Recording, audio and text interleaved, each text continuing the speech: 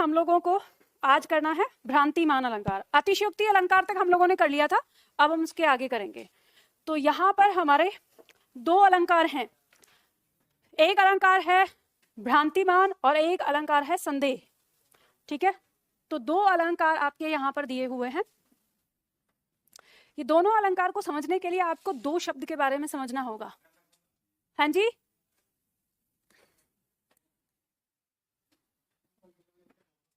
देखो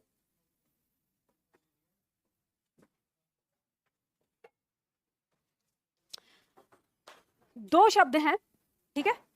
दो शब्द के बारे में आपको यहाँ पे एक शब्द है शक और एक शब्द है भ्रम। आपको बताना है दोनों शब्द एक ही होते हैं या दोनों शब्दों में कोई अंतर होता है। अगर कोई अंतर होता है तो क्या अंतर होता है, ये आपको बताना है। अगर आप इस चीज को समझ लोगे तो आप दोनों अलंकार जो हैं आगे उनको समझ लोगे। ठीक है, दोनों अलंकार भ्रांतिमान और संदेह। तो जल्दी से बताना, ऑनलाइन वाले छात्र भी बताएंगे। बताओ अंतर है, क्या अंतर है कहने से नहीं पता चलेगा, बताना पड़ेगा क्या अंतर है। अच्छा, शक बार बार होता है और भ्रम एक बार होता है। और कोई? अच्छा, भ्रम हो जाता है और शक किया जाता है। और कोई? क्या लगता है दोनों एक है? क्या दोनों अलग अलग हैं लेकिन अंतर नहीं पता है, बस इतना पता है कि अलग अलग हैं। सोचो क्या करते हो तुम जिंदगी में, शक करते हो भ्रम करते हो? अच्छा, शक का मतलब? हाँ, अच्छा, भ्रम का मतलब है कि जैसे मृग मरीचिका जो होता है, अच्छा वो भ्रम है, वो शक नहीं है। मरीचिका वो भ्रम है, शक। और कोई? और बाकी जो है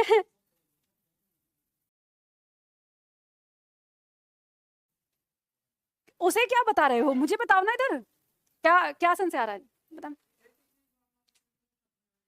आपने बता दिया, आपका आंसर आ गया, बाकी और लोगों से पूछ रही हूँ ना कि आपने बता दिया। देखो ध्यान रखो, शक और भ्रम दोनों अलग अलग होते हैं, लेकिन दोनों में अंतर क्या होता है, एक परिस्थिति है। ठीक है, परिस्थिति कैसी है, एक ही है। उस एक परिस्थिति में शक बार बार उत्पन्न होता है, ठीक है, और एक उस परिस्थिति में भ्रम जो है वो एक बार ही उत्पन्न होता है, दूसरी बार नहीं होता। तो ध्यान रखिए, जीवन में भ्रम कर सकते हो, ठीक है, अलाव है, लेकिन जीवन में शक मत करना। क्यों? क्योंकि शक एक तरह से घुन के समान है आपके जीवन में। अगर आपके दिमाग में शक पैदा होता है तो वह रिश्तों को खा जाता है। बहुत चीजें, मतलब कहते हैं ना, ऐसी ऐसी चीजें खत्म हो जाती हैं कि जिनको एक समय के बाद आपको पछताना पड़ता है, और लोग अपने पछताने के लिए फिर सालों सालों सॉरी बोलते रहते हैं, लेकिन उन्हें कभी क्षमा नहीं मिलती है। तो यहाँ पे अब मैं आपको समझाती हूँ कैसे। अब आप कहेंगे मैम समझ में नहीं आई बात, तो चलो मैं आपको समझाती हूँ दोनों का मतलब क्या होता है। देखो, जैसे भ्रम की हम बात करें, अब आपकी जिंदगी से समझाऊंगी, पर फिर से दोहरा रही हूँ, कहानी बताऊंगी, फ्लैशबैक क्रिएट होगा दिमाग में, लेकिन जब तक फ्लैशबैक में है तब तक फ्लैशबैक में। अब मैं आगे पढ़ाना शुरू कर दूं तो वापस आ जाना, रुकना नहीं है। क्या पता चले कि मैं तो पढ़ाने लग गई और आप अभी फ्लैशबैक में घूमे हुए हैं, है ना, ऐसा नहीं करना है। तो कल्पना करो कि आप बत्रा पे खड़े हो और ये रास्ता है, ठीक है, और यहाँ पे आप गोलगप्पे खा रहे हो, ठीक। आपने देखा कि यहाँ से आपका दोस्त आ रहा है। जैसे ही आपने देखा कि दूर से दोस्त आ रहा है, आपने पीछा फेर लिया और कहा यार अब इसको भी खिलाना पड़ेगा, अब मैं छिपा लेता हूँ अपना मुंह। लेकिन तभी थोड़ी देर में आपके अंतर्मन ने कहा कि अरे 10 रुपए का खा लेगा तो क्या बिगड़ जाएगा यार, ऐसे मुंह फेरना अच्छी बात नहीं है। अंदर से जो दोस्ती है उसने आपको फिर दोबारा से धिक्कार दिया। तो आपने वापस मुड़ के देखा तो आपको पता चला कि जो ये व्यक्ति था थोड़ा सा इतनी देर में आगे आ गया। जब तक आपका आंख मंथन हुआ तो आपको पता चला यहाँ पे जब नजदीक आ गया कि ये मेरा दोस्त नहीं था, मुझे ऐसा भ्रम हुआ कि ये मेरा दोस्त है। तो यह व्यक्ति यहाँ पे है, इसने कुछ काम किया, तो आप उसे देख रहे हैं कि देखो कैसा हाइट वाइट सारी चीज से दोस्त जैसा ही दिख रहा है बिल्कुल। तो आप नहीं देख रहे हैं, ये फिर यहाँ से वापस से उतनी ही दूरी पर जब पहुंचता है तो फिर से आपको एकदम डिक्टो कैसा दिख रहा है, अपने दोस्त जैसा दिख रहा है। लेकिन आपको अब वहां पर भ्रम नहीं है, आप जानते हैं कि वहां पर वो क्या हो रहा है, मतलब हमें भ्रम उत्पन्न हुआ था पर असलियत है कि वो मेरा दोस्त नहीं है। तो यहाँ पे हमने कहा है कि परिस्थिति एक होने पर भ्रम जो है एक ही बार होता है, दोबारा भ्रम उत्पन्न नहीं होता है। हमें जब वास्तविक स्थिति का पता चल जाता है तो हमें वो समझ में आ जाता है कि वो क्या है, ठीक है। तो इसीलिए भ्रम अच्छा होता है, पॉजिटिव है, ठीक है। कभी भ्रम हुआ, आपको असलियत पता चल गई, अब हमारे दिमाग में कोई संदेह नहीं रहा, कोई डाउट नहीं रहा, तो ठीक है, हमें स्थिति का क्लियर हो गया। तो ये है भ्रम। लेकिन शक क्या है? अब शक जैसी है इसके लिए अब कल्पना करो, मान लीजिए आपकी महिला मित्र हैं, ठीक है, आप लोग दोनों बहुत ही गहरे प्यार में हैं और प्यार जब गहरा होता है तो शक भी बढ़ जाता है, मतलब शक नहीं, प्रोटेक्शन, हम प्रोटेक्ट करेंगे, मतलब हम ही सर्वे सर्वा हो जाते हैं उनके, बिना पिताजी के दान किए हम ही उनके सर्वे सर्वा हो जाते हैं। अब घटना कुछ ऐसे है कि अब जो आपकी महिला मित्र हैं उनके पिताजी को हमेशा अपनी बेटी से बात करने की आदत है कि वो अक्सर हर दिन बात करते हैं, पर आपके पिताजी ऐसा नहीं करते, तो आप बिल्कुल अपने पिताजी से तुलना करते हैं। तो परिस्थिति कुछ ऐसी हुई है कि जो महिला मित्र हैं उनके पिताजी कहीं बाहर टूर पे गए हुए हैं और उनको दिन भर में टाइम नहीं मिलता अपनी बेटी से बात करने का। टाइम मिलता है रात को 12 बजे, जब वो अपने जहाँ रुके हुए ठहरे हुए वहां पहुंच जाते हैं, वो 12 बजे के आसपास में अपनी बेटी से कॉल करते हैं, पूछते हैं दिन भर क्या हुआ और बात खत्म हो जाती है। लेकिन अब 11-12 बजे तो आपका टाइम है उनसे बात करने का। अब जब उनका फोन जा रहा है, आपने फोन किया तो फोन बिजी जा रहा है। अब बिजी गया फोन तो थोड़ी देर बाद उनका बैक कॉल आया, एकदम से पूछा किससे बात हो रही थी, उन्होंने कहा पिताजी से। अच्छा, तो उसने सारी से जो सिचुएशन थी वो बता दी, ये ऐसे पिताजी वहां गए हैं तो बात कर रहे थे, ठीक है, रख दिया। अगले दिन फिर से पिताजी का उसी टाइम पे फोन आ रहा है, फिर से आपने कॉल किया क्योंकि टाइम आपका है वो, तो फिर से यार अब आज किसका फोन था, फिर कहा अरे बताया तो था कल। अच्छा, हमारे पिताजी तो नहीं करते, तुम्हारे पापा बड़े रोज फोन करते। भाई आपके नहीं करते तो इसका क्या मतलब, आप लड़के हो वो लड़की है, उनके पिताजी को ज्यादा चिंता होती है लड़की की। तीसरे दिन फिर से फोन बिजी गया, सेम सिचुएशन हो रही है, ठीक है। तो उन्होंने फिर से बताया पिताजी, आपने कहा ऐसे चक्कर नहीं था, स्क्रीनशॉट भेजो अभी का कॉलिंग का, ठीक है। उन्होंने भेजा तो वहां लिखा था पापा जी, ठीक है। चौथे दिन फिर से गया, ऐसा है ये पापा जी वाला नंबर दो मुझे। अब आपने नंबर मांग लिया, ठीक है, तो आपने कॉल लगाया, वहां से बोले हेलो, तो पिताजी है, काट दिया, हाँ भाई है तो पापा ही है, पापा ही है सारी चीजें। अब 5वें दिन फिर से नंबर बिजी जा रहा है, आप कह रहे हैं मान ही नहीं सकता कि ये पापा जी हैं, ये रात को कैसे हो सकता है। आपके दिमाग में अंतर्धुन चल रहा है। अब आपने उनसे कहना बंद कर दिया क्योंकि वहां से हर बार आपको चीजें मिल जाती है, लेकिन आपके मन में अंतर्धुन चल रहा है, शक पैदा हो रहा है, बार बार स्थिति हो रही है, कॉल वेटिंग पे जा रही है और आपको लग रहा है आपने सब कुछ देख लिया और वो सच है, वहां पर जो कह रही है वो बिल्कुल सच है, लेकिन उस परिस्थिति पे आपके दिमाग में शक पैदा हो रहा है। तो भाई ये बताइए कि पिताजी ने कन्यादान तो कर नहीं दिया आपको, कि आप उनके पीछे लगे हुए हैं कि 12 बजे पिताजी का कॉल क्यों आता है, क्यों नहीं आ सकता, सोचो क्यों नहीं आ सकता। जैसे आज आपको शक पैदा हो रहा है ऐसे पिताजी को हो कि मुझे लगता है बेटी कहीं बिजी रहती है, कॉल निकलवा लिया हो कि रात के टाइम इसके कॉल चलते हैं, देखता हूँ किससे बात करती है, क्या पता पिताजी ये टेस्ट कर रहे हो कि बेटी किसके बिजी रहती है नहीं रहती है। तो भाई आप इतना ज्यादा शक क्यों कर रहे हो। लेकिन हम क्या करते हैं रिश्ते में, खैर हम आगे नहीं बढ़ते हैं इस कहानी में, कहानी है स्टॉप करते हैं। तो हमें कुल मिला के समझ में आया कि बार बार जो एक स्थिति हो रही है कॉल का बिजी होना, हमें हमारे दिमाग में हर सफाई के बावजूद भी क्या पैदा कर रहा है, शक। और कहानी ये होती है कि अंततः आप इतने परेशान हो जाते हैं, आप ब्रेकअप कर देते हैं, कहानी खत्म। यहाँ तो कुछ डाउट है और बाद में आपको सालों बाद कहीं सच्चाई का पता चलता है और फिर आप वहां पे कहते हैं अफसोस कि ऐसा हो गया, काश कि मैंने संदेह ना किया होता, काश कि मैंने शक ना किया होता, काश कि मैंने तुम पे भरोसा किया होता तो आज ये दूरियां ना होती। और फिर आप जिंदगी भर सॉरी बोलते रहोगे। तो यहाँ पे आपको एक क्या शिक्षा मिलती है, शिक्षा ये मिलती है कि भ्रम करो चलेगा लेकिन शक नहीं करना चाहिए। अगर सच्चाई भी है तो भी छोड़ देना चाहिए कि अगर सामने वाला झूठ बोल रहा है, ये बात ध्यान रखना, अगर मान लो सामने वाला झूठ बोल रहा है और आपको उसका झूठ पकड़ा भी जा रहा है आपसे, तो भी ये सोच लो कि उसके पास कोई ऐसी परिस्थिति होगी जिस परिस्थिति में वो मुझसे क्या कर रहा है, झूठ बोल रहा है। या तो वो मुझे पूरी तरह से समझ नहीं पाया कि मैं उसके सच को बचा सकता हूं, या मैं उतना योग्य हूं नहीं कि वो मुझे सच्चाई बता पाए। तो इसलिए छोड़ देना चाहिए किसी के, अगर किसी का ये पता चला ना कि झूठ बोल रहा है तो उसके पीछे ज्यादा भागना नहीं चाहिए। ये जीवन का सत्य है और आज के टाइम में जरूरी भी है हमें रिश्तों को सही चलाने में। तो हमें यहाँ पे जो समझ में आया शक और भ्रम का मतलब, तो इससे हमारे दोनों अलंकार में जो होगा, एक अलंकार हमारा ऐसा है जिसमें हमें शक उत्पन्न होता है और एक अलंकार ऐसा है जिसमें हमें भ्रम उत्पन्न होता है। तो ध्यान रखिए जो हमारा भ्रांतिमान अलंकार है उसमें हमें भ्रम उत्पन्न होता है। स्थिति कुछ भी ऐसी होती है सामने, हमें एक बार क्या होता है, संदेह हो जाता है, लेकिन वास्तविकता का पता चलने पर हमारा वो संदेह समाप्त हो जाता है। पर जो हमारा दूसरा अलंकार है संदेह अलंकार, उसमें हमें शक उत्पन्न होता है। एक स्थिति है और हमें बार बार बार बार वहां पे क्या हो रहा है, शक पैदा हो रहा है। ठीक है, तो ये दो अलंकार हैं आपके और हम इनको उदाहरण देखते हुए समझेंगे। परिभाषा लिखते हैं पहले। भ्रांतिमान अलंकार में परिभाषा लिखिए, जब उपमेय में उपमान का, जब उपमेय में उपमान का भ्रम पैदा हो, जब उपमेय में उपमान का भ्रम पैदा हो, कॉमा लगाइए। अच्छा मुझे एक बात बताइए, किसी को जल्दी तो नहीं है, मतलब किस चीज की, हाँ बिल्कुल सही समझे है ना, कोर्स खत्म करने की कोई जल्दबाजी तो नहीं है। अगर जल्दबाजी नहीं है तो मैं बहुत आराम से आप लोगों को पढ़ाऊंगी अलंकार, रस और छंद। यानी इसमें अगर हमारी 1 क्लास या 2 क्लास एक्स्ट्रा होती है तो ठीक है। अगर जल्दी है, मान लो अगर किसी को जल्दी है, कोई कहता नहीं मैं मम्मा हमें तो जल्दी है, तो नहीं, तो मैं तो ऐसे ही पढ़ाऊंगी, आप अपना बैच चेंज कर लीजिए, ठीक है। मैं तो ऐसे ही पढ़ाऊंगी, आप अपना बैच चेंज करवा लीजिए। उसके लिए दिए हुए नंबर पे कॉल करिए और बैच चेंज करवा लीजिए कि हमको बैच दे दीजिए, वहां पे पहले से ही क्लास मिल जाएंगी करी कराई, जल्दी पढ़ लीजिए। समझे? तो क्या समझ में आया? बात समझ में आया कि हम आराम से ही चलेंगे, है ना। हाँ, तो कोई मुझ पे ये प्रेशर नहीं करेगा। मान लो जैसे मैं अब आपको यहाँ 1-2 बात बता रही हूँ, याद रखना, क्लास में भले ही आपको लग सकता है कि मैम थोड़ी सी सब्जेक्ट से अलग चली जाती है, ये जीवन की ऐसी बातें हैं जो आप लोगों को यहाँ पे सीखी हैं। आज के बाद 4 साल 5 साल बाद फिर इन बातों को याद करोगे कि मैम ने एक बार बताया था, ये हुआ था, वो हुआ था, तो ये चीजें आपको जीवन में कहीं ना कहीं शिक्षाप्रद ही रहेंगी आपके लिए। तो इसलिए अब क्योंकि टॉपिक है, मैं टॉपिक से अलग हटके कोई बात नहीं करूंगी, टॉपिक से संबंधित बातें करूंगी। तो जो टॉपिक चल रहा है, तो अगर वो चीज आपके जीवन से जुड़ रही है तो वो भी मैं आप लोगों को बता देती हूँ, ठीक है। तो चलो परिभाषा लिख लो इसकी। जब उपमेय में उपमान का भ्रम पैदा हो, कॉमा, किंतु कुछ समय बाद वास्तविकता, किंतु कुछ समय बाद वास्तविकता का पता चलने पर, वास्तविकता, देखो जब भी अगर कोई शब्द ऐसा लगे आपको जिसमें आपको थोड़ा सा मतलब बड़ा है, तो उसको देखो कि ये वास्तविकता शब्द किससे बना है। बना है शब्द वास्तव और फिर उसमें इक प्रत जुड़कर और फिर ता, ठीक है। तो जब आप लिख रहे हैं, आप लिखते हैं वास्तव, ठीक है, और इसमें इक जोड़ना है, तो यहां पर वास्तविक और फिर ता, ठीक है। तो टुकड़ों में चलते हुए शब्द को आराम से लिख सकते हो। तो वास्तविकता का पता चलने पर भ्रम समाप्त हो जाता है, यानी सच्चाई।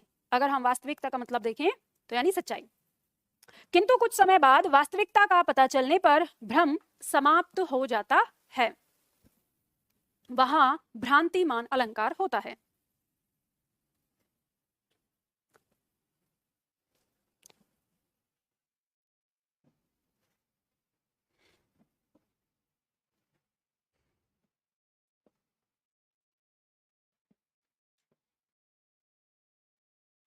वहां भ्रांतिमान अलंकार होता है, लिख लिया पूरा।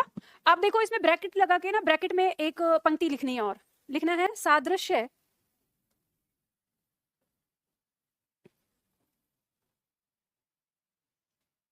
ठीक है। सादृश्य के कारण, सादृश्य के कारण, सादृश्य का मतलब क्या है? जो सामने दिख रहा है, ठीक है।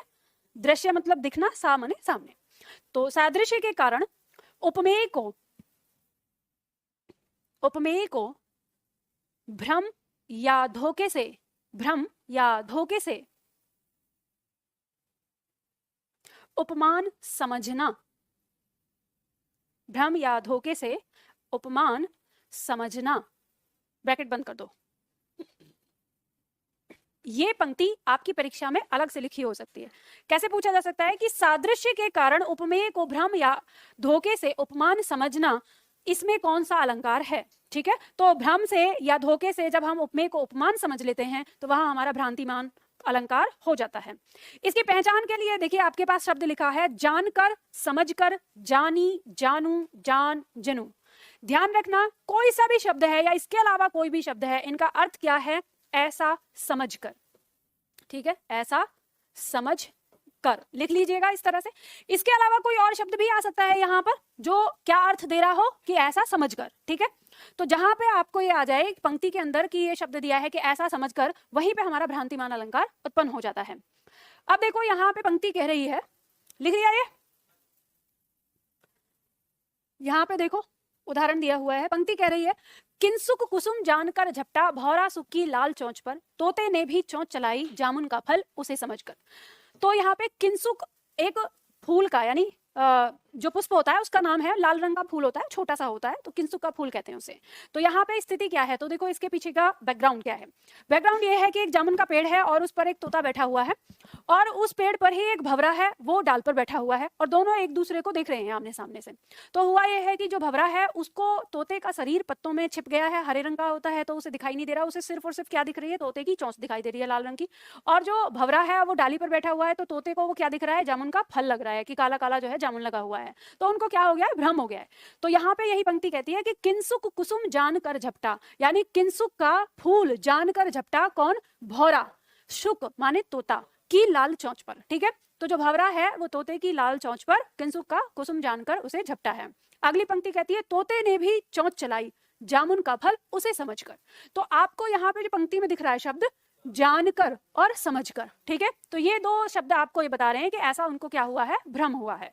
तो इस भ्रम से उनको यहाँ पर मतलब भ्रम की बात आ गई, तो यहाँ पे भ्रांतिमान अलंकार हो जाएगा। ठीक है, इसके अलावा उदाहरण देखिए, अगली पंक्ति कह रही है पाए महावर देन को नाइन बैठी आए, फिर जानी महावरी एड़ी मीडत जाए। तो यहाँ पे शब्द दिया है फिर जानी, जानी शब्द को हाईलाइट कर लीजिए, इसका मतलब है ऐसा समझकर। पंक्ति के पीछे की कहानी कह रही है, नायिका है, नायिका के पैर में महावरी लगानी है। महावरी समझते हैं, जो महिलाएं अपने पैर में गुलाबी रंग का लगाती हैं, ठीक है, श्रृंगार करते हैं। हाँ, तो नायिका है, नायिका का विवाह होने वाला है, तो जो नाइन है नेग लेने के लिए नाइन आई है उसके पैर में महावर लगाने के लिए। लेकिन जो नायिका है, अब क्योंकि ये कवि की नायिका है तो ये तो सुंदरता में एक अलग ही पराकाष्ठा होती है। तो वो नायिका नई नवेली है, 19-20 साल की उम्र की है, तो उसका सारा शरीर जो है वो एक तरह से गुलाबी रंग का ही है, कोमल है, नाजुक है।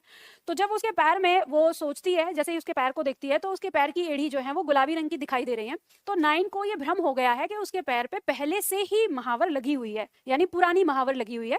तो वो उसको कि पहले मैं पुरानी को छुटा दूं और उसके बाद नहीं लगाऊंगी, तो इसलिए उसने उसकी एड़ी को मिड़ना शुरू कर दिया है। लेकिन उसको कुछ समय बाद पता चलता है कि ये तो उसका नेचुरल कलर है। तो यानी उसको किसका भ्रम हुआ है, यहाँ पे महावर लगे होने का। तो यहाँ पे भ्रम हुआ है, जानी शब्द से पता चलता है कि यहाँ नाइन को महावर लगे होने का भ्रम हुआ है, इसलिए इस पंक्ति में हमारा भ्रांतिमान अलंकार है। आगे पंक्ति कह रही है ओस बिंदु चुग रही हंसनी मोती उसको जान। अब यहाँ पे जो जान शब्द आया है मतलब समझकर, इसका अर्थ यहाँ आ गया कि जो हंसनी है ओस की बूंद को मोती समझकर चुगने लग जाती है। उसे लगता है कि यहाँ पे मोती पड़ा हुआ है और वो ओस की बूंद को मोती समझकर चुग रही है। तो समझकर यानी उसको क्या हुआ है, भ्रम हुआ है। आगे पंक्ति कहती है नाक का मोती अधर की कांति से, बीज दाड़िम का समझकर भ्रांति से, देख उसको ही हुआ सुख मौन है, सोचता है अन्य सुख यह कौन है। अब देखो, जैसे आप लोगों ने पढ़ा था ना श्लेष अलंकार, और उसमें सभंग श्लेष अलंकार था, तो उसमें हमने कुछ पंक्तियां पढ़ी थी कि जोड़ तोड़ के जबरदस्ती आपको पंक्ति बनाई जा रही है। कुछ ऐसा ही यहाँ पे प्रयोग किया है भ्रांतिमान को उत्पन्न करने का। मतलब भ्रांतिमान नहीं, जो वो दृश्य है, हमें आपको शायद लगे ना लगे, लेकिन ऐसा तोते को भ्रम हुआ है। इस पंक्ति के पीछे का बैकग्राउंड समझा देती हूँ। बैकग्राउंड ये है कि एक तोता है, पालतू तोता है, ठीक है, और वो नायिका के पास है। तो नायिका जो है सज धज के आई है, तो सज धज के आई है तो उसने अपने होठों पर लिपस्टिक लगाई है, जिससे उसके होठ जो है वो लाल रंग के दिखाई दे रहे हैं, और सूरज की किरण उसकी नाक पर, यानी जो नाक की लौंग है उस पर पड़ रही है, जिससे उसमें चमक उत्पन्न हो गई है। और उस चमक से धुंधल होकर, यानी जो तोता है उसका पालतू, उस चमक से वो उसको ऐसा भ्रम हुआ है कि अब होठ के पास जो उसके दांत हैं वो उसको लग रहे हैं कि बीज दाड़िम का, दाड़िम मतलब अनार का, ठीक है, अनार का बीज। तो तोते जो होते हैं उनको अनार के बीज ज्यादा पसंद है। तो वो अपने मन में ये सोच रहा है कि ये जो बीज के दांत को, मतलब अनार के दानों के पास ये दूसरा तोता कौन है। अब दूसरा तोता उसे किससे लग रहा है, नायिका के होठ तोते की चोंच लग रहे हैं, तो ऐसा समझ रहा है, उसको ऐसा भ्रम हुआ है। तो यहाँ पे वही कहा है कि नाक का मोती अधर की कांति से, अधर माने होठ, ठीक है, कि नाक के मोती की जो कांति है उससे, जो उसका अधर है, बीज दाड़िम का समझकर भ्रांति से, तो दाड़िम यानी अनार का बीज समझकर, देख उसको ही हुआ शुक मौन है। तो जो उसका पालतू तोता है वो शांत हो गया है, देखकर सोचता है अन्य सुख यह कौन है, और अपने मन में सोच रहा है कि ये दूसरा तोता कहां से आ गया। ठीक है, आगे पंक्ति दी है बिल विचार कर नाग सुंड में घुसले लगा विशाला सांप, काली ईंख समझ विषधर को उठा लिया तब गजने आप। समझ गए, खड़ी बोली है, बहुत सीधा सीधा सा है कि बिल विचार कर नाग सुंड को, यानी स्थिति है कि हाथी है और हाथी कहते हैं ना गन्ने के खेत में घुसा है गन्ना देखने के लिए, और वहीं पे जो सर्प है, सर्प भी वहां पे ही घूम रहा है। तो जो हाथी है उसकी सूंड को समझ लिया है सर्प ने बिल, और जो हाथी है उसने सर्प को क्या समझ लिया, काली ईख, कि ये तो ईख का यानी गन्ना पड़ा हुआ है, तो उसने गन्ना समझ के उसको उठा लिया, और जो सर्प है वो बिल समझ के उसके नाक में घुसने लगा यानी सूंड में घुसने लगा। तो यहाँ पे दोनों को क्या हुआ है, भ्रम हुआ है, तो इसमें क्या होगा, भ्रांतिमान अलंकार होगा। ठीक है, अब लिखिए संदेह अलंकार। संदेह अलंकार की परिभाषा लिखिए यहाँ पर, जहां उपमेय के लिए दिए गए उपमानों में, जहां उपमेय के लिए दिए गए उपमानों में संदेह बना रहे, जहां उपमेय के लिए दिए गए उपमानों में संदेह बना रहे, संदेह बना रहे, वहां संदेह अलंकार होता है, वहां संदेह अलंकार होता है।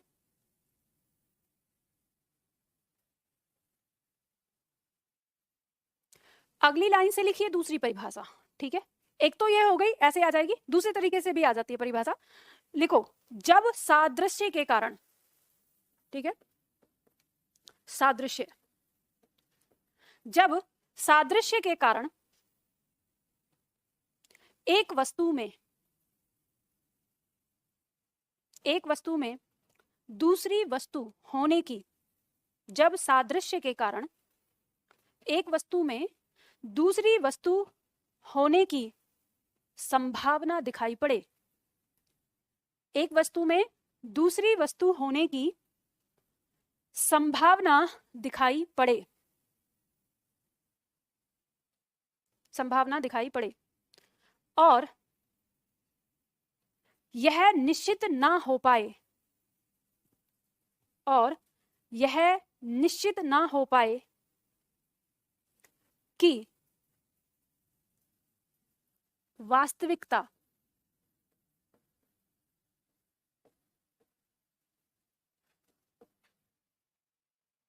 और यह निश्चित ना हो पाए कि वास्तविकता क्या है, वास्तविकता क्या है। ठीक है, पूर्ण विराम लगा दिया।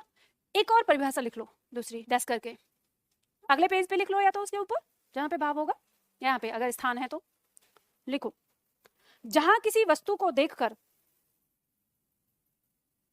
जहां किसी वस्तु को देखकर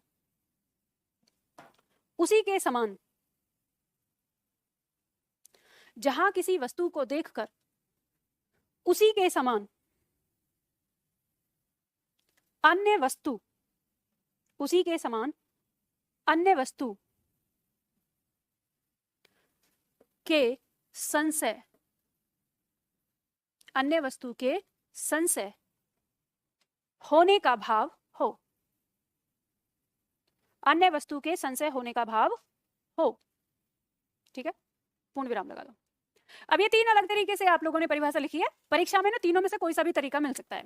यहाँ पे हमें कुल मिला के तीनों पॉइंट पे हमको ये पता चला है कि हमें संदेह पैदा होगा, हमें क्या होगा, शक होगा कि ये पहली वस्तु है या जो हमें अनुभव हो रही है वो है। तो इसको आप पहचान सकते हो। इस पहचान के लिए मैंने आपको एक लाइन दी है कि आपको ना पंक्ति में जो भाव मिलेगा वो, एक तो ये समझ लीजिए पंक्ति में भाव आपको अथवा वाला मिलेगा कि ए वस्तु है अथवा बी वस्तु है, ये संशय बना रहेगा, और यह संशय बिल्कुल भी स्पष्ट नहीं होगा। तो ये संशय आपको किन चीजों में दिखेगा, ध्यान रखना, पंक्ति में आपको है कि ये शब्द मिल सकता है देखने को, पंक्ति में आपको अथवा शब्द देखने को मिल सकता है, पंक्ति में आपको या शब्द देखने को मिल सकता है, पंक्ति में आपको केंधो शब्द देखने को मिल सकता है। तो केंधो अवधि में या को कहते हैं, अथवा को। ठीक है, जब हम बोली में बोलते हैं ना, तो केंधो का मतलब होता है अथवा। तो इनके अलावा कोई और शब्द आए जिसका मतलब हो अथवा, ठीक है, तो वहां पर भी आपका क्या हो जाएगा, संदेह अलंकार हो जाएगा। जैसे पंक्ति कहती है कि सारी बिच नारी है कि नारी बिच सारी है, सारी ही की नारी है कि नारी ही की सारी है। तो यहाँ पे सारी शब्द का अर्थ जो है वो साड़ी से है। ठीक है, ब्रज भाषा में साड़ी को सारी कहा जाता है, तो वही उसी में लिखा हुआ है। तो अब ये जो दृश्य है, ये दृश्य है द्रौपदी के चीरहरण का। जब द्रौपदी का चीरहरण हो रहा है और उस समय दुशासन उसकी साड़ी को खींचे जा रहा है, तो एक तरफ से कृष्ण उसकी साड़ी को बढ़ा रहे हैं और दूसरी तरफ से दुर्योधन उसकी साड़ी को खींच रहा है, तो वहां बैठे हुए लोगों को संशय पैदा हो गया है, भ्रम पैदा हो गया है कि साड़ी बीच नारी है, यानी साड़ी के बीच में नारी खड़ी हुई है, या नारी बीच साड़ी है, या नारी के बीच में से साड़ी निकल रही है। साड़ी ही की नारी है, यानी साड़ी से बनी हुई नारी है, या नारी ही की साड़ी है, या नारी से साड़ी बनती चली जा रही है।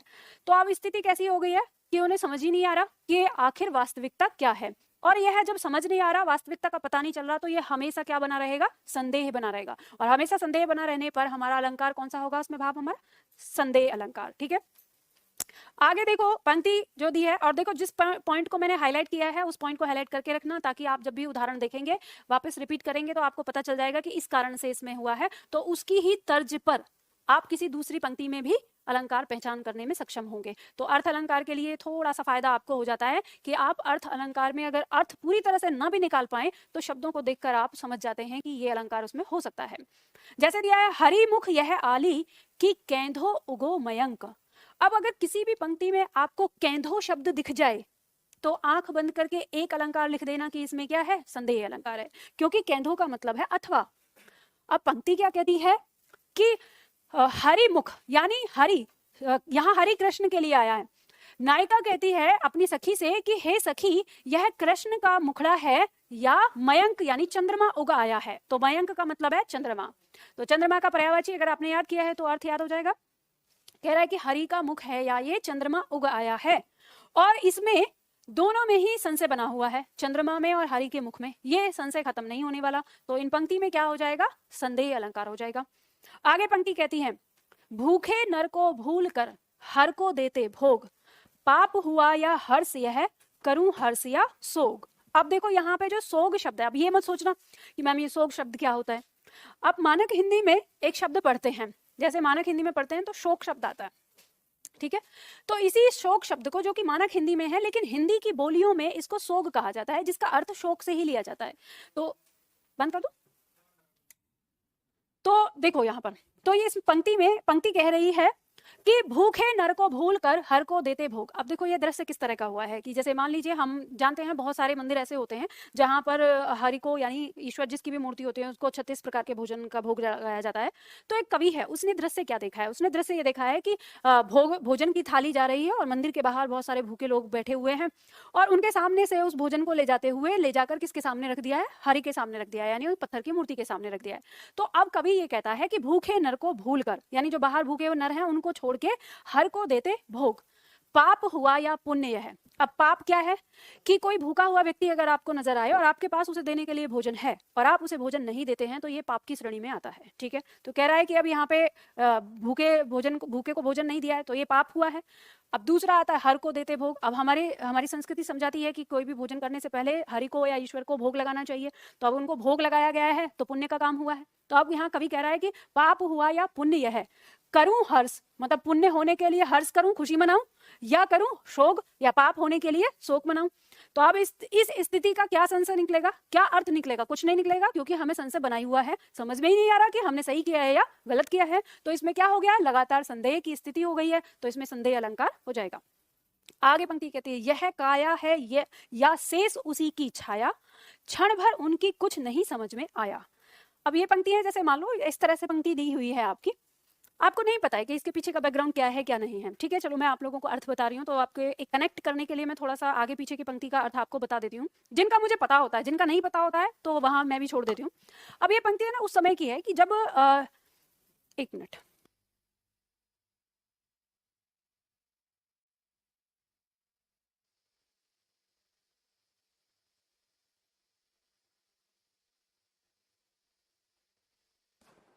चलो तो कौन सा पॉइंट बता रही थी मैं, हाँ, तो मैं आपको ये बता रही थी कि इस पॉइंट में ये इसके पीछे का क्या कहानी है, मतलब कब की ये पॉइंट है। तो देखो, जिस समय राम वन से वापस आए, ठीक है, तो उस समय लक्ष्मण की पत्नी जो है उर्मिला, तो लक्ष्मण ने जब फर्स्ट टाइम अपनी पत्नी को देखा, तो उस समय अब उर्मिला 14 साल तक अपने पति से दूर रही। तो आप जानते ही हैं कि दीपक जला के वो रहती थी, जिस तरह से कुछ खाना पीना नहीं खाना, तो वो एक तरह से क्या हो गई, बहुत कमजोर दुबली पतली हो गई। तो उसी पंक्ति को कहा है कि यह काया है या शेष उसकी छाया। क्षण भर उनकी कुछ नहीं समझ में आया। तो जब उन्होंने पहली बार उनको देखा तो उनको यहाँ पर ही समझ में नहीं आया कि ये शरीर बचा हुआ है या उसकी छाया ही रह गई है। तो इसमें अब हमें यहाँ पे यह शब्द आया, इस वजह से हमें पता चल जा रहा है कि इसके अंदर हमारा कौन सा अलंकार है, संदेह अलंकार है। ठीक है, चलो अब मान लो कि अगर इसके पीछे आपको ये भी ना पता चले कि ये कब का वर्णन है या ये सारी चीज ना पता चले, तो आपको यहाँ पे ये तो पता चल रहा है कि इसमें अलंकार कौन सा है। ठीक है, अब देखो आगे पंक्ति कह रही है, केंधो व्योम विधि का भरे हैं, भूरे धूम केतु केंधो चली मेरु ते कृशानु सरी भारी है।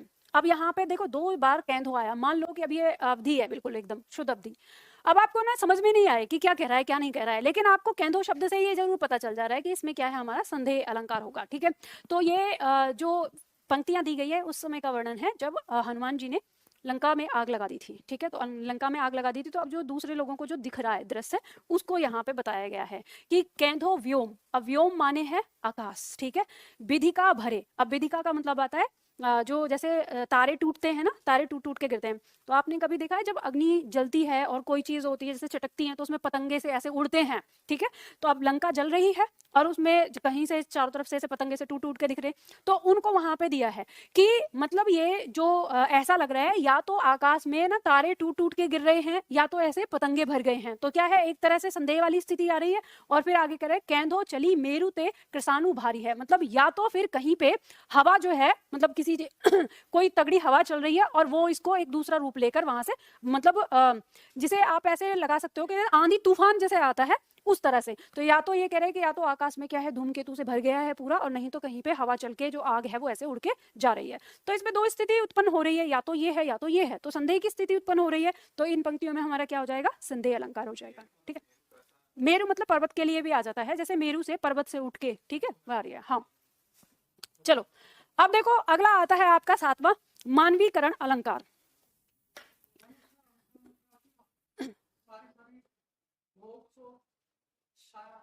ये तो सब में है, ये तो मैंने आपको पहले ही बताया था कि अंत्यानुप्रास अलंकार तो हर पंक्ति में, लगभग हर पंक्ति में आएगा आपको, कहीं पे आगे आ सकता है, कहीं पे बाद में आ सकता है। तो अंत्यानुप्रास अलंकार तो सब जगह होगा, लेकिन आप सब्जेक्टिव में पेपर नहीं दे रहे ना, ऑब्जेक्टिव में देंगे। तो ऑब्जेक्टिव में आपका जो एक विशेष उसमें अलंकार है वो आपको विकल्प में मिलेगा। और अगर कभी ऐसा हो कि मान लो आपको अनुप्रास अलंकार भी दिख रहा है और दूसरा अलंकार भी दिख रहा है, तो आप सदैव चुनाव दूसरे अलंकार का ही करेंगे। अनुप्रास को उस समय क्या कर देंगे, गौण कर देंगे, वहां पे आपको उसे गौण कर देना पड़ेगा। चलो देखो आगे दिया हुआ है हमारा मानवीकरण अलंकार, लिखिए उसकी परिभाषा। जहां उपमेय, और ब्रैकेट में आपको लिखना है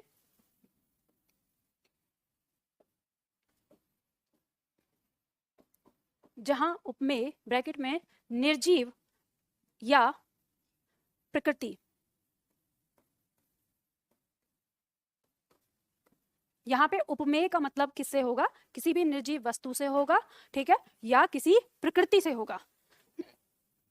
जहां उपमेय पर मानवीय चेष्टाओं का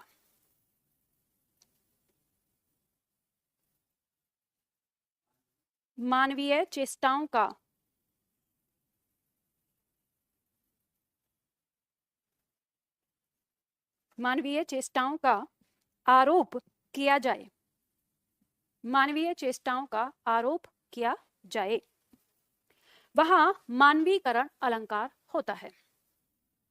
जहां मानवीय चेष्टाओं का आरोप किया जाए वहां मानवीकरण अलंकार होता है, वहां मानवीकरण अलंकार होता है।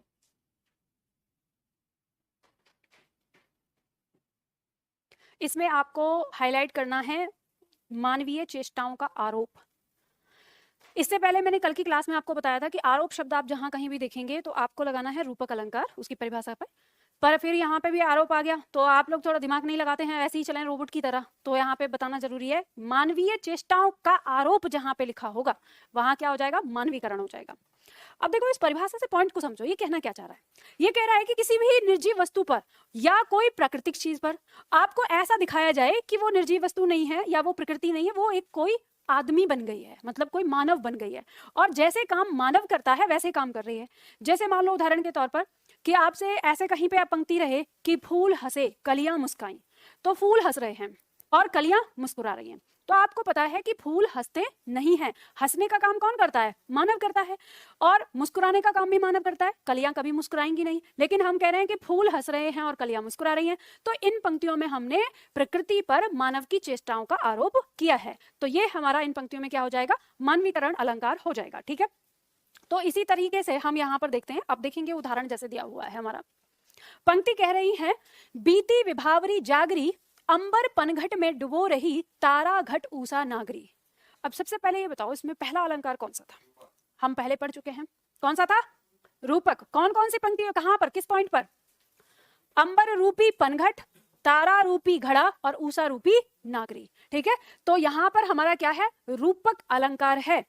अब इसमें लिखो रूपक भी, इसके साथ में बगल में लिखना है रूपक भी, ऐसे करके। अब ये पंक्ति ऐसी है कि कभी ये रूपक अलंकार में पूछी जाती है, तो कभी ये मानवीकरण अलंकार में पूछी जाती है, और मोस्ट इंपॉर्टेंट है, बार बार आती है।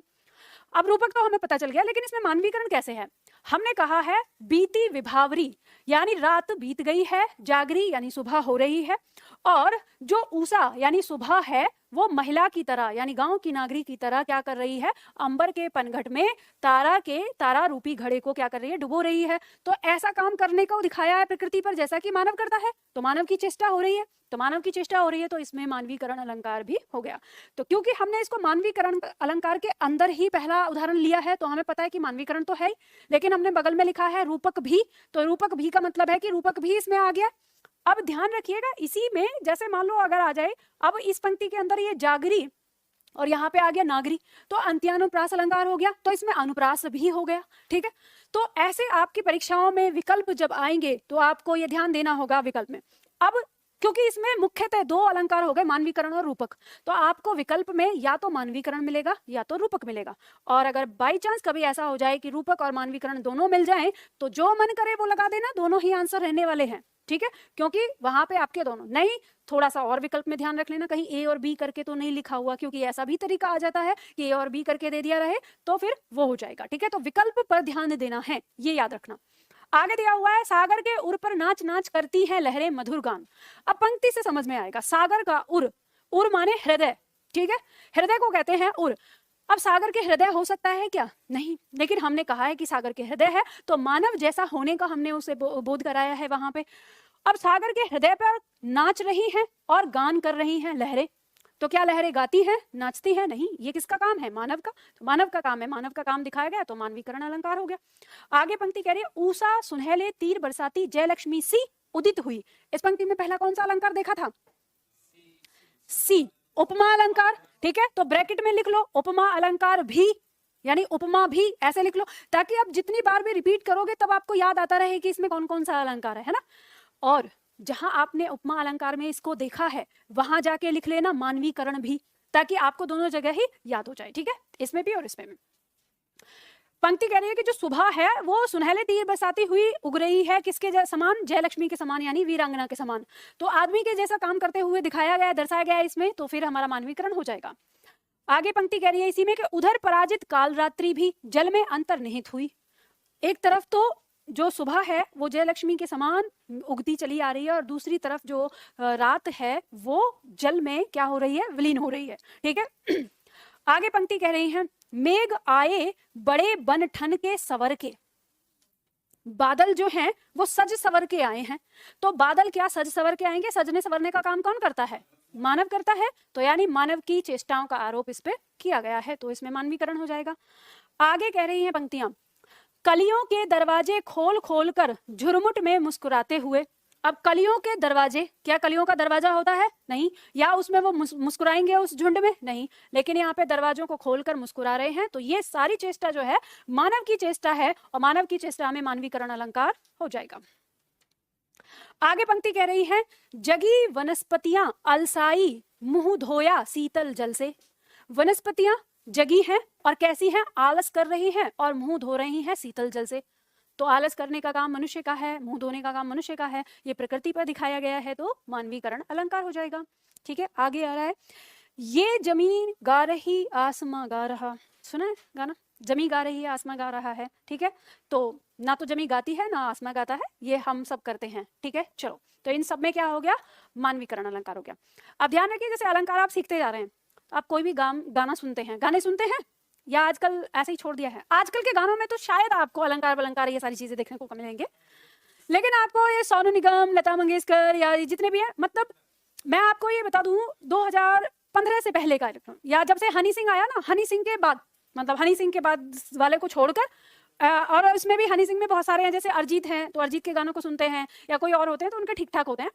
तो उससे पहले के जितने भी गाने हैं आप देखना, उनमें आपको अलंकार देखने को मिलेंगे। तो पंक्तियां कोई भी आती हैं तो आप जब यहाँ इन चीज़ों को पहचान लेंगे तो आप ना उसमें अलंकार बहुत अच्छे से पहचान सकते हैं कि किस पंक्ति में है। जैसे आपने सुना होगा गाना सजना है मुझे सजना के लिए, कौन सा अलंकार हुआ?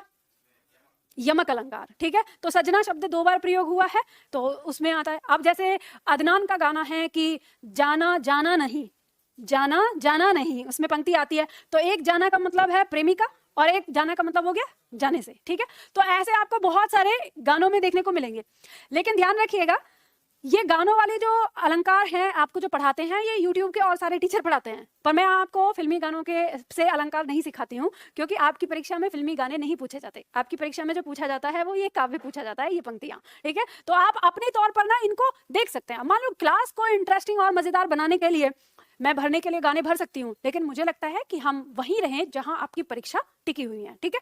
तो यहाँ हमें दिख जाता है। आगे देखेंगे विरोधाभास अलंकार।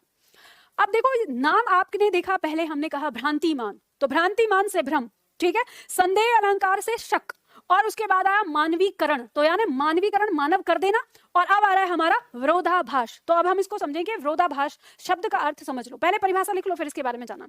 देखो जब किसी काव्य में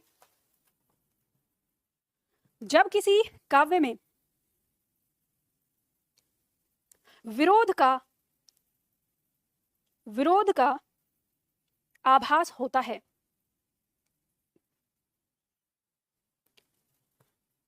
जब किसी काव्य में विरोध का आभास होता है, कॉमा,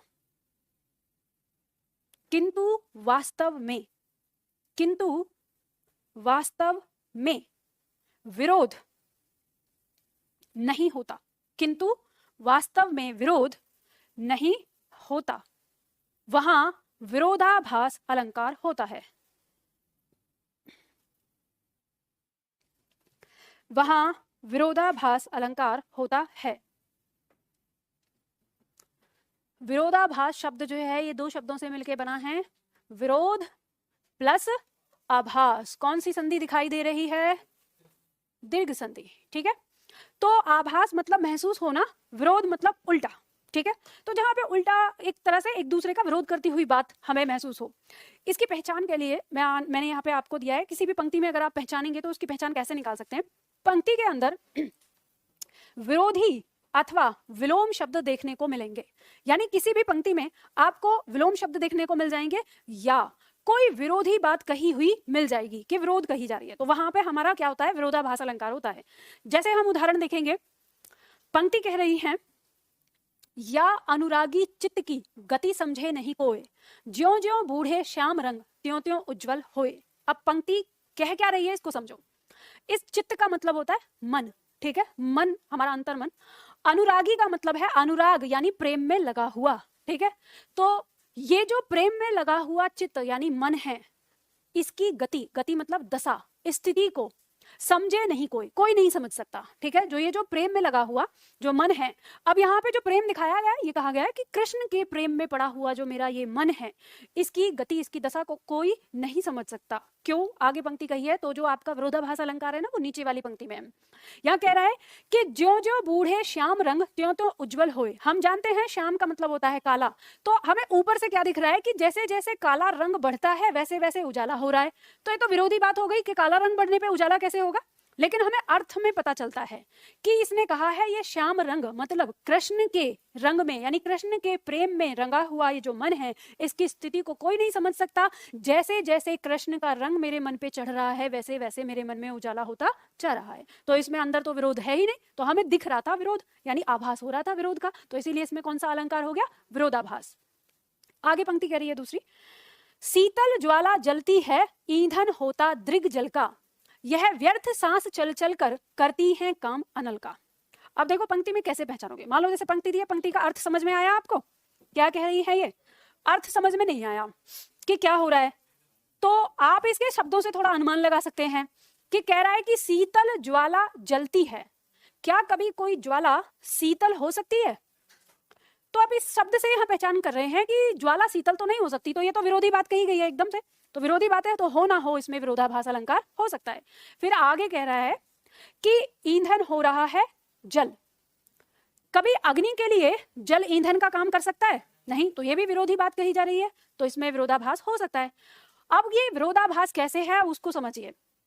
यहाँ पे कवि वर्णन कर रहा है, कोई प्रेमी या कोई प्रेमिका है जो अपने प्रेमी या प्रेमिका को याद कर रहा है। अब उसके पास नहीं है, वो बहुत दूर है। अब उस याद करने में जब कहते हैं ना आपने भी प्यार मोहब्बत किया होगा जीवन में, वैसे मुझे आजकल के छात्रों पे थोड़ा संदेह हो जाता है, संशय हो जाता है, ये व्हाट्सएप वाली मोहब्बत इन चीजों को शायद ही कभी अनुभव कर पाएगी। इन चीजों को वही अनुभव कर सकते हैं जिन्होंने पत्र के जरिए अपनी मोहब्बत को व्यक्त किया होगा ना, पत्र के जरिए, तो उनको समझ में आ सकता है असली जो यहाँ पे बात कही है। लेकिन फिर भी समझने की कोशिश करो, मूवी वगैरह देखते हो तो, है ना, कल्पना कर लेना। तो यहाँ पे क्या हो रहा है कि प्रेमी और प्रेमिका जो है वो एक दूसरे से अलग हैं और उनको याद आ रही है। याद आने पे तो जब याद आ रही है तो यानी वृह अग्नि जल रही है, तो वृह अग्नि को ही शीतल ज्वाला नाम दिया गया है। यानी मैंने आपको पहले बताया वृह का मतलब क्या होता है, जब प्रेमी और प्रेमिका एक दूसरे से अलग होते हैं तो उन्हें जो मिलने के लिए जो तड़प एक उत्पन्न होती है उसे हम वृह कहते हैं।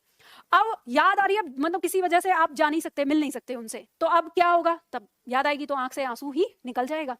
अब जब आंख से आंसू निकल गया, दृग माने नेत्र, अब नेत्रों का जल जब आगे निकल गया, आंख से आंसू निकल गया, तो ये ज्वाला कम होती है कि ज्यादा हो जाती है? और फूट फूट के रोने का मन करता है और याद आने लगती है।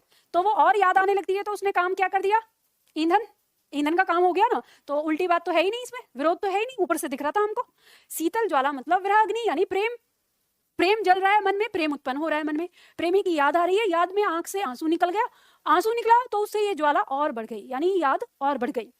और जब याद ज्यादा बढ़ जाती है तो व्यक्ति क्या सोचने लगता है, वो ऐसे सोचने लगता है कि यह व्यर्थ सांस चल चल कर करती है काम अनल का। ये जो सांसें हैं ये बेकार चल रही हैं, क्योंकि ये सांसें और जितनी ज्यादा चलती जा रही हैं, ये मन में उत्पन्न प्रेम की अग्नि, अनल यानी अग्नि, ये और ज्यादा बढ़ती चली जा रही है। तो यहाँ पे ये प्रेम की पराकाष्ठा को दिखाया गया है, और इसमें हमारा जो अलंकार है वो हमें क्या उत्पन्न होता दिख रहा है, विरोधाभास अलंकार। ठीक है, और अन्य भी अलंकार हैं इसमें, तो वो भी आपको दिखेंगे, जैसे अंत्यानुप्रास अलंकार है। ठीक है, ये आ जाएगा हमारा, जैसे इसमें हमारा ज और ज वर्ण की आवृत्ति हुई है, अनुप्रास छे का अनुप्रास हो जाता है।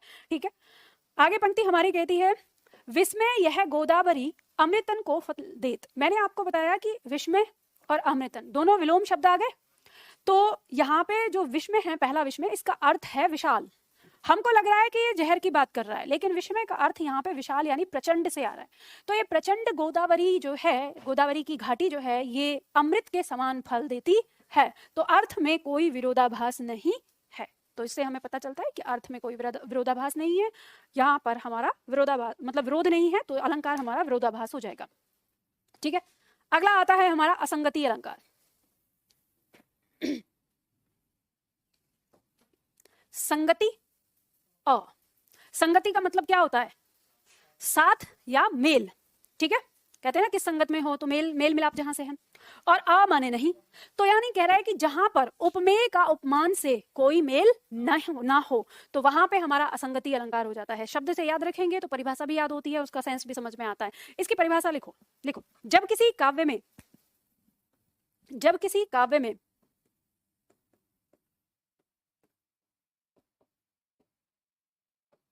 कारण, ब्रैकेट में लिखना माध्यम,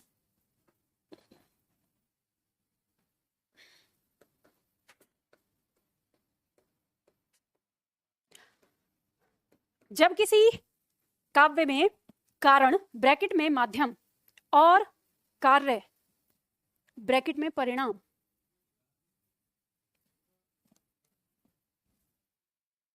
कार्य, ठीक है, ब्रैकेट में लिखना है परिणाम।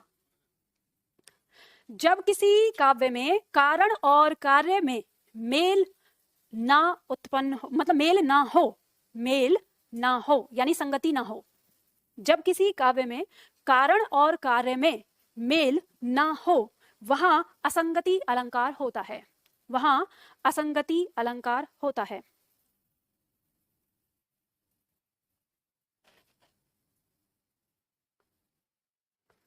देखो यहाँ पर पंक्ति जो परिभाषा कह रही है, इस परिभाषा में मैंने जो आपको ब्रैकेट में लिखवाया है, ये समझने के लिए लिखवाया है ताकि आप समझ जाएं। माध्यम और परिणाम, यानी काम कहीं और हो रहा है लेकिन उसका परिणाम, उसका जो रिजल्ट है वो कहीं और निकल रहा है।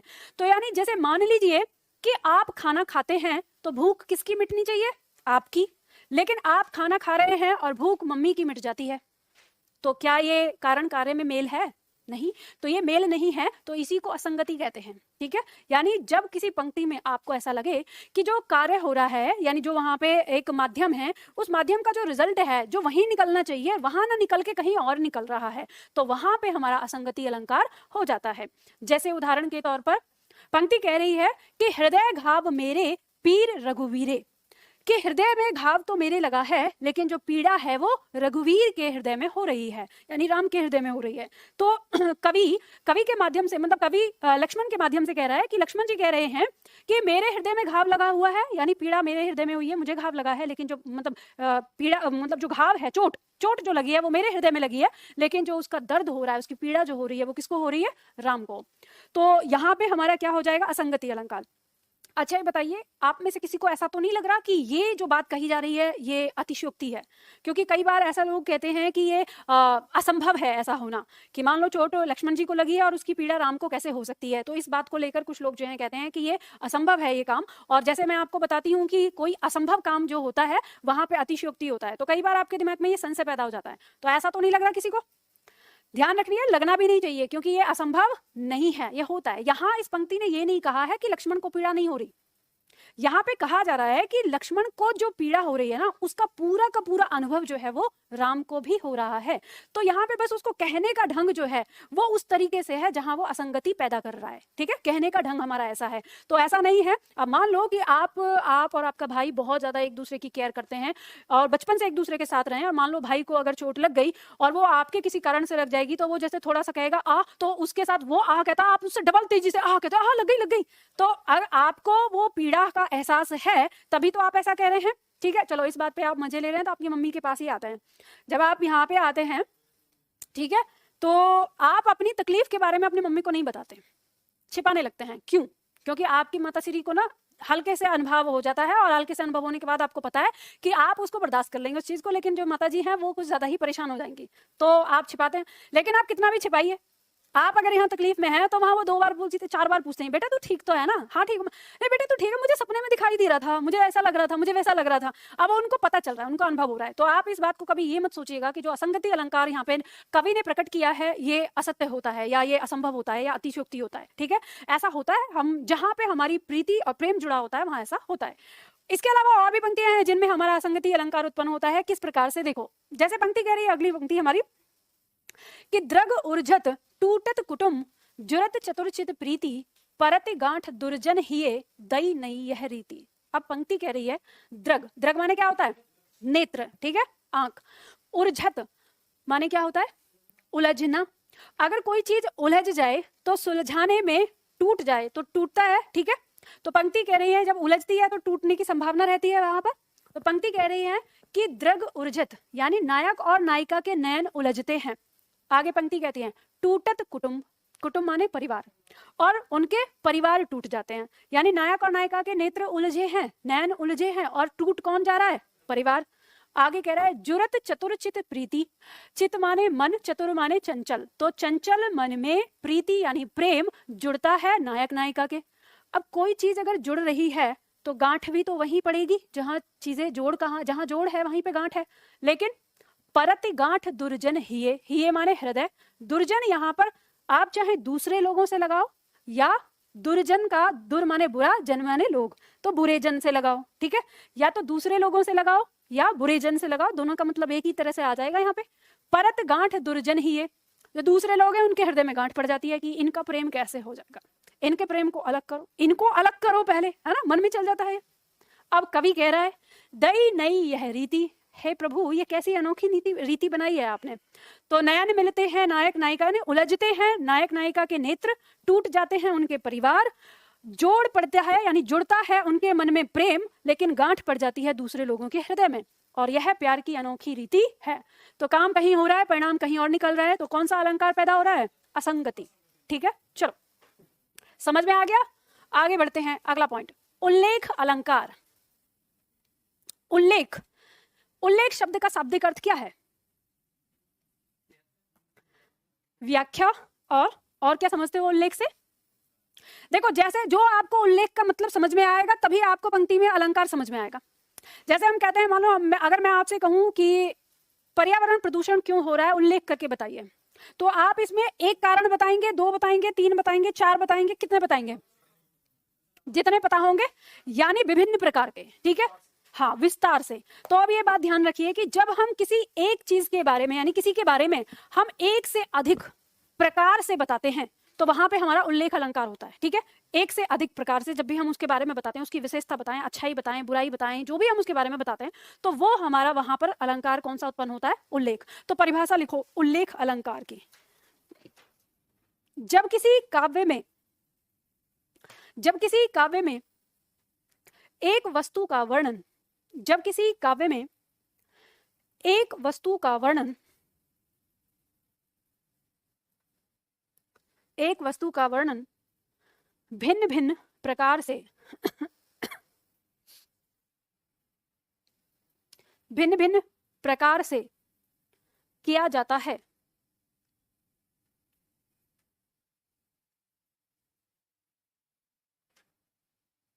भिन्न भिन्न प्रकार से किया जाता है, कॉमा, वहां पर उल्लेख अलंकार होता है, ठीक है, वहां उल्लेख अलंकार होता है।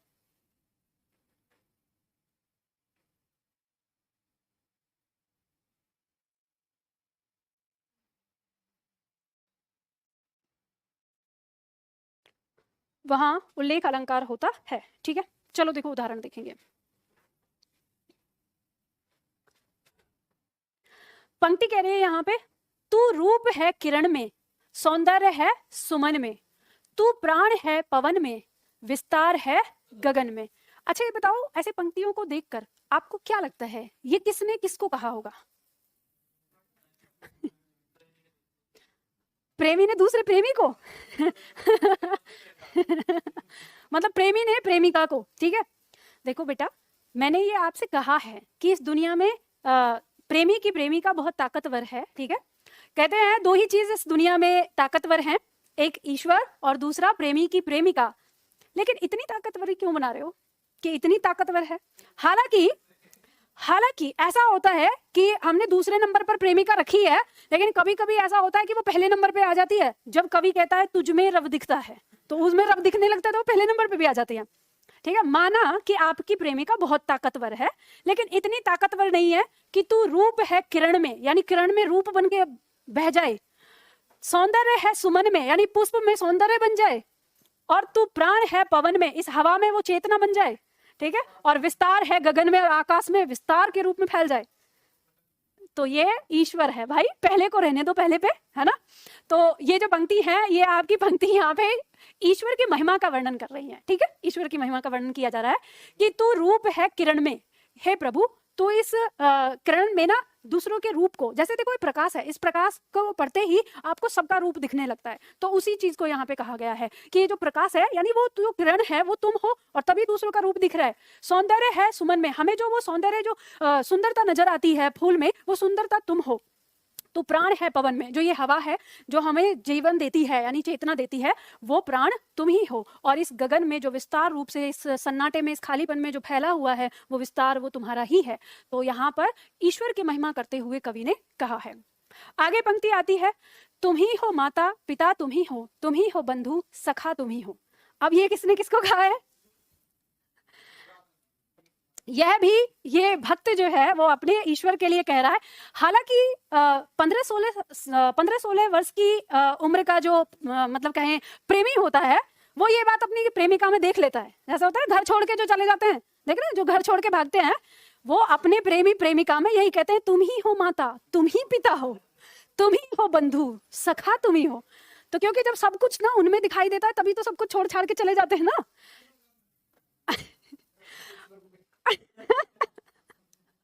ये कह रहे हैं यहाँ पे, ऑनलाइन वाले छात्रों को भी बता देती हूँ पॉइंट का। अभी एक छात्र ने कहा है ऐसे कह के, हम तो स्कूल में प्रार्थना करते हैं ऐसे। अरे बेटा मैंने मजाक किया है, ये प्रार्थना ही है, तुम समझे नहीं? कितने भोले बच्चे हैं मेरे, हैं। मैं ये आपको बस कह रही हूँ कि हालांकि मैंने ये कहा है कि हालांकि जो 15-16 साल के जो प्रेमी होते हैं उनके लिए ये अपनी प्रेमिका में ही है, पर ऐसा हमारी पंक्ति में नहीं है। पंक्ति तो ईश्वर के लिए बात कर रही है। ऐसे ही जस्ट जोकिंग है ना, तो इसे सीरियस मत समझो कि ये प्रेमी कह रहा है। ये कहने का मतलब है जीवन में अगर आपके जीवन में आपका मन अपनी प्रेमिका या अपने प्रेमी के लिए ऐसा हो तो बिल्कुल भी मत रहने करने देना, क्योंकि आपकी प्रेमिका या आपका प्रेमी आपके माता पिता आपके बंधु सखा नहीं हो सकते सब कुछ।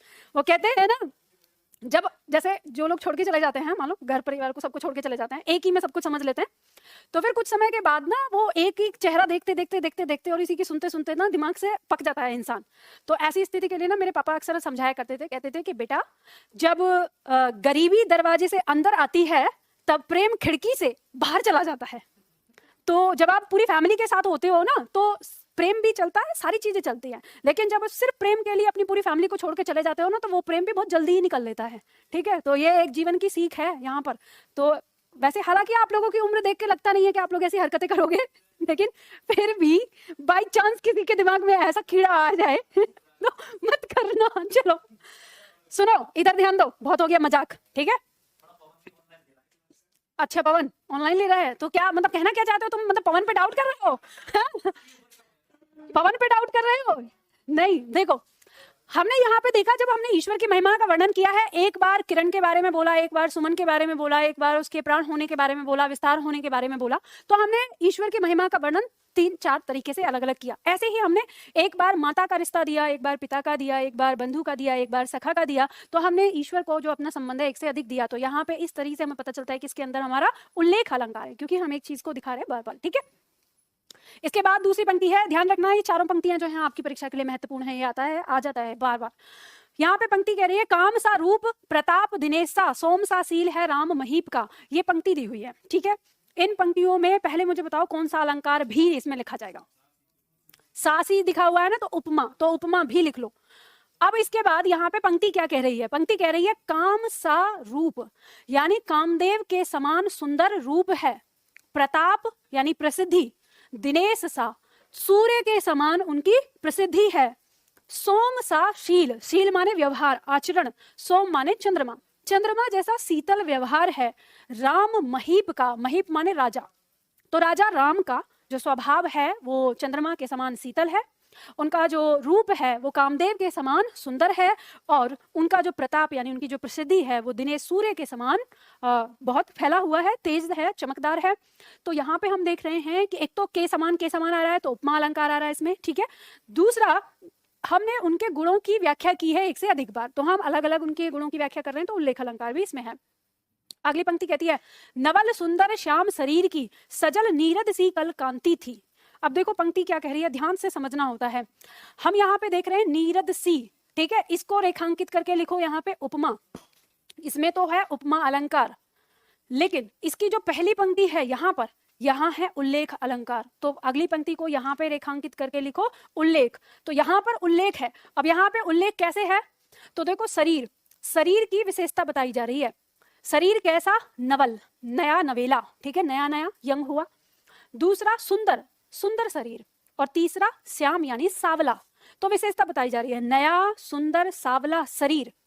उसकी कल कांति यानी उसकी चमक कैसी है? सजल यानी जल से युक्त, नीरद यानी बादल, सी यानी के समान। तो उस सुंदर नए सावले शरीर की जो कल कांति यानी चमक है वो किसके समान लग रही है? जैसे कोई बादल, पानी से भरा हुआ बादल जो होता है ना, सावला, जैसे नीरद बादल का मतलब होता है, आपने देखा है कभी बहुत बादल एकदम से घुट के आते हैं, काले काले बादल होते हैं, दूर से देखते ही समझ जाते हो कि ये अभी बरसेंगे। तो ऐसे ही कृष्ण के सावले शरीर की जो सुंदरता का यहाँ पे बखान किया गया है वो ऐसे कहा गया है कि जल से युक्त बादल के समान उनके शरीर की कांति दिख रही है, चमक दिख रही है। ठीक है, तो यहाँ पर अब नीरद सी में तो के समान में उपमा आ गया, और यहाँ पे आ गया उल्लेख। ठीक है, क्योंकि विशेषण को जो है 3 विशेषण यहाँ पे बताए हैं। अब आपकी परीक्षा के लिए महत्वपूर्ण है, स्टार लगा सकते हो, 3-4 बार पूछा गया है, आपका पूछा जाता है पंक्ति देकर। तो ऐसे विकल्प में मान लो ऐसे लिखा हो तो विकल्प में लिखा रहेगा उपमा अलंकार। इस बार जो अभी अभी आपका पेपर हुआ था कांस्टेबल वाला, उसमें ऐसे पूछ लिया था, ये पंक्ति देकर इतनी सी पंक्ति देती थी, बस इतनी यहाँ तक। और विकल्प में आपको जैसे कि अभी जब ये दोनों पंक्ति देता है तो उपमा ही रखता है, दिया हुआ है, और उल्लेख नहीं देता। लेकिन इस बार उसने क्या किया कि नवल सुंदर श्याम शरीर की इतना दिया और फिर लिख दिया, उसमें उपमा भी लिख दिया और उल्लेख भी लिख दिया और 2 अन्य दे दिए।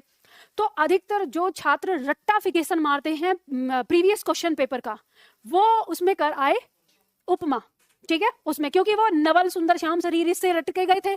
लेकिन परीक्षा में आंसर जब आया तो आया उल्लेख। तो ध्यान रखिए, अब जब मैं आप लोगों को पढ़ाती हूँ तो मैं इसलिए सारे अलंकारों आपको बता देती हूँ, कौन सा अलंकार कहाँ पे किस शब्द के साथ उत्पन्न हो रहा है। तो इसीलिए मैंने अलग अलग फिर स्पष्ट यहाँ पे करा दिया है कि आपको पता चल गया कि इस टुकड़े में जो है वो हमारा उल्लेख है और इस टुकड़े में जो है वो हमारा उपमा है।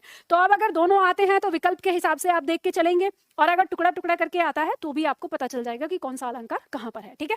तो ये हमारा हो गया उल्लेख अलंकार। तो आज की क्लास में हम लोग इतना ही करते हैं, ठीक है।